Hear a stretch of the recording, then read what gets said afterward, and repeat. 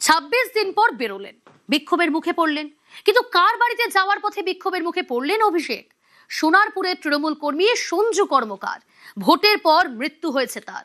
সঞ্জুর বিরুদ্ধে কি বলছেন এলাকাবাসী, শুনুন।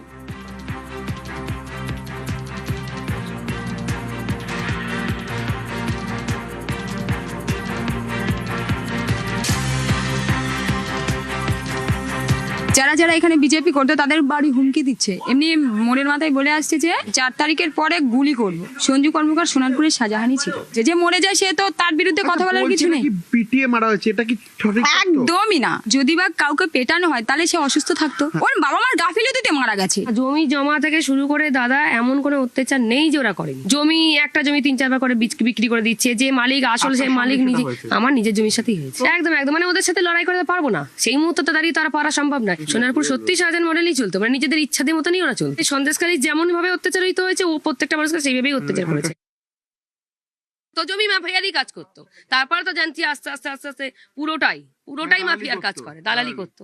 মানে আজ একটা জমি যে কতবার বেচতো ওর কোনো ঠিক নেই। মেন মালিকের কাছ থেকে আমি জমি কিনেছিলাম, যেহেতু এদের কাছ থেকে নিইনি, ওরা কি করেছে তলে তলে জমিটাকে অন্য লোককে বিক্রি করে দিয়েছে। কি ঝামেলা, উল্টো পাল্টা ভাষায় গালাগালি। হট করে এসে বলছে কে পোস্টার ছেঁড়া হয়েছে, কে ছিঁড়েছে, কই ছিঁড়েছে, সে উল্টো পাল্টা কথা। 25-30 জন প্রত্যেকটা বাড়ি বাড়ি গিয়ে, হ্যাঁ সঞ্জু ছিল, বলছে গু খাইয়ে দিয়ে যাব। 4 তারিখ রাত 12টার পর এসে গু খাইয়ে দিয়ে যাবো।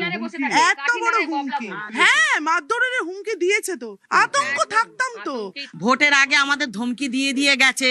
আমরা আতঙ্কে থাকতাম যে তৃণমূল যদি এসে যায় তাহলে আমাদের কি উপায় হবে, আমরা বাড়ি থাকতে পারবো না। জমি মাফিয়া তো ছিলই, মেয়েদেরও নিয়ে আসতো ঘরে, 2 নম্বরই করতো। জমি মাফিয়ার কাজ করে, মদ গাঁজা খায় এবং লোককে খাওয়ায়। ছেলেদেরকে নষ্ট করার মূলে হচ্ছে এই সঞ্জু কর্মকার। ওরে আমরা মারাত্মক। 4 তারিখে তো আমাদের মেরে পুঁতে দিত। এখন আগে হুমকি প্রত্যেককে গুলি করে দেব। কে বলেছে? ওই সঞ্জু।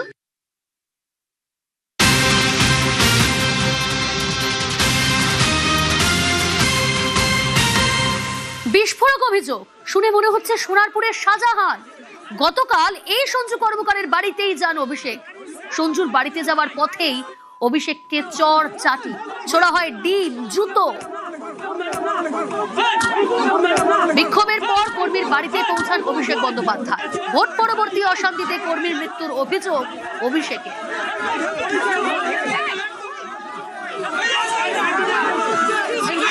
কিছুদিন আগে আমাদের সহকর্মী মারা গেছে, একটু নিচে করে প্রাণে মারা হয়েছে এবং তার মাথায় ক্লট হয়ে গিয়ে মাথা ঘুরে গিয়ে তাকে শিশু মঙ্গলে ভর্তি করা হয়েছে। পরের দিন সে মারা গেছে। তার পরিবারের সাথে আমি দেখা করতে এসেছি, আমি দেখা করতে পারবো না। সোশ্যাল মিডিয়াতেও ভোট পরবর্তী অশান্তিতে মৃত্যু বলে দাবি করেন অভিষেক বন্দ্যোপাধ্যায়।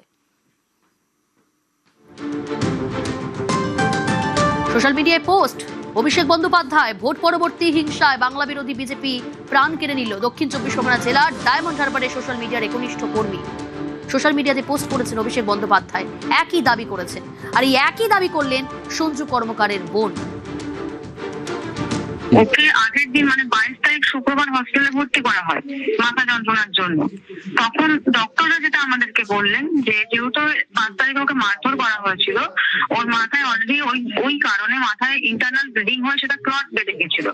বেঁধে গিয়ে ওর সেরিব্রাল অ্যাটাক হয় আর এবং ও কোমায় চলে যায় সাথে সাথে। 2 জন দাদা আমার দাদাকে ধরে বাড়িতে দিয়ে যায় রক্তাক্ত অবস্থায়। অলরেডি চোখে তখন বাঁদিকের চোখটা অলরেডি লাল হয়ে আছে, রক্ত জমে আছে, নাকের ওপরটা অলরেডি ফ্র্যাকচার, ওর মুখ ঠোঁট ফাটা, গায়ে পুরো রক্ত জমাট বেঁধে রয়েছে। ইনফ্যাক্ট পোস্টমর্টম রিপোর্টেও হয়তো সেটা লেখা আছে। অভিষেকের দাবি নস্যাৎ স্থানীয়দের। তাদের দাবি মারে নয়, অসুস্থই মৃত্যু সঞ্জু কর্মকারের।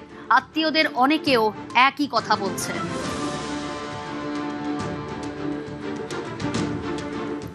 মিথ্যে কথা, একদম মিথ্যে কথা। ওরা যে বলছে ভোট পরবর্তী হিংসায় মার খেয়ে অসুস্থ ছিল, এই ছিল বেকার। যেদিন মরে গেছে সেদিন 9:30টার সময় ওকে ওখানে গাঁজা খেতে মদ খেতে দেখেছি আমি। যেদিন মারা গেছে তার আগের দিন রাত্রিবেলা, তারপরের দিন সকাল 8টার সময় সিগারেট কিনে নিয়ে আসছে। Brain stroke.